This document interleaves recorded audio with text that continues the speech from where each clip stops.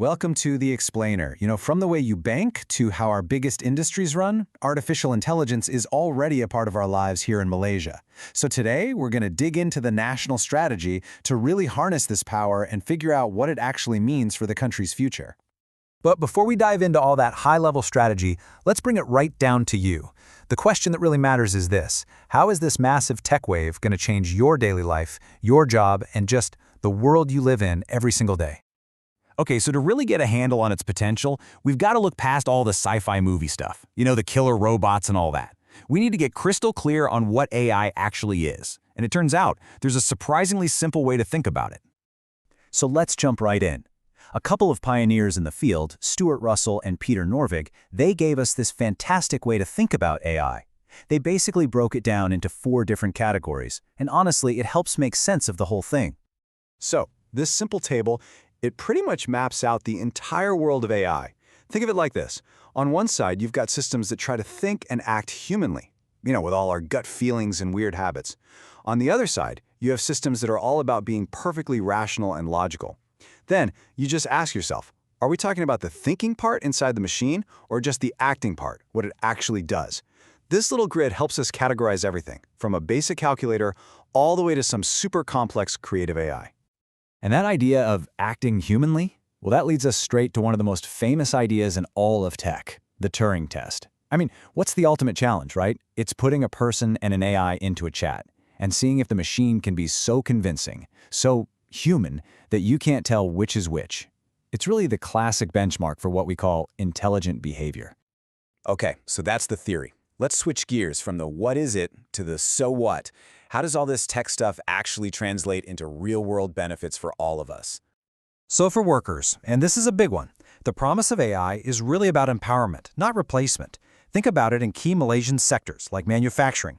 Instead of someone doing the same boring, repetitive task all day, an AI can handle that. This frees people up to focus on the bigger picture, on strategy, on creative problem solving. It can even make workplaces a lot safer by predicting when a machine might fail before it actually breaks down. And here's a perfect example that I'm sure many of you have already dealt with. You know that feeling of waiting on hold forever for your bank or phone company?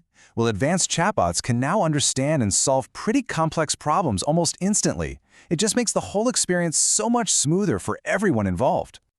Now, for business owners, especially the thousands of small and medium-sized businesses all over Malaysia, AI is like getting a superpower. Seriously, it lets them crunch massive amounts of market data to spot new trends, to really understand their customers, and to streamline their entire supply chain.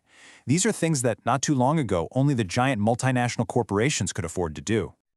And this isn't just for business. It's a huge deal for students and professionals too. In education, you've got AI platforms that can literally adapt to how each individual student learns, at their own pace. And for professionals, it's like having the world's smartest assistant.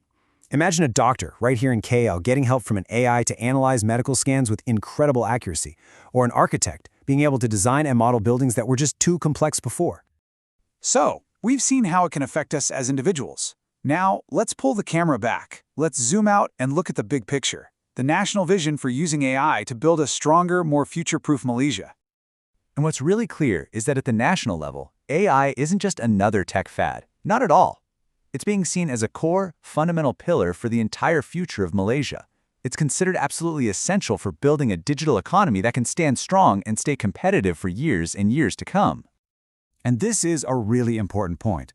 The ultimate goal here isn't just about the tech itself, it's about people. The whole strategy is designed around using AI as a powerful tool to create a more skilled, more innovative society right across the country. Which brings us to our final and maybe most important thought. The technology is here. Its potential is, well, it's massive. So the real question for Malaysia, for all of us really, isn't if we're going to use it. That's a given. The question is how. How do we steer this incredibly powerful technology responsibly to make sure it actually builds a better, more prosperous future for every single person? That's the real challenge. And, it's also the biggest opportunity we have.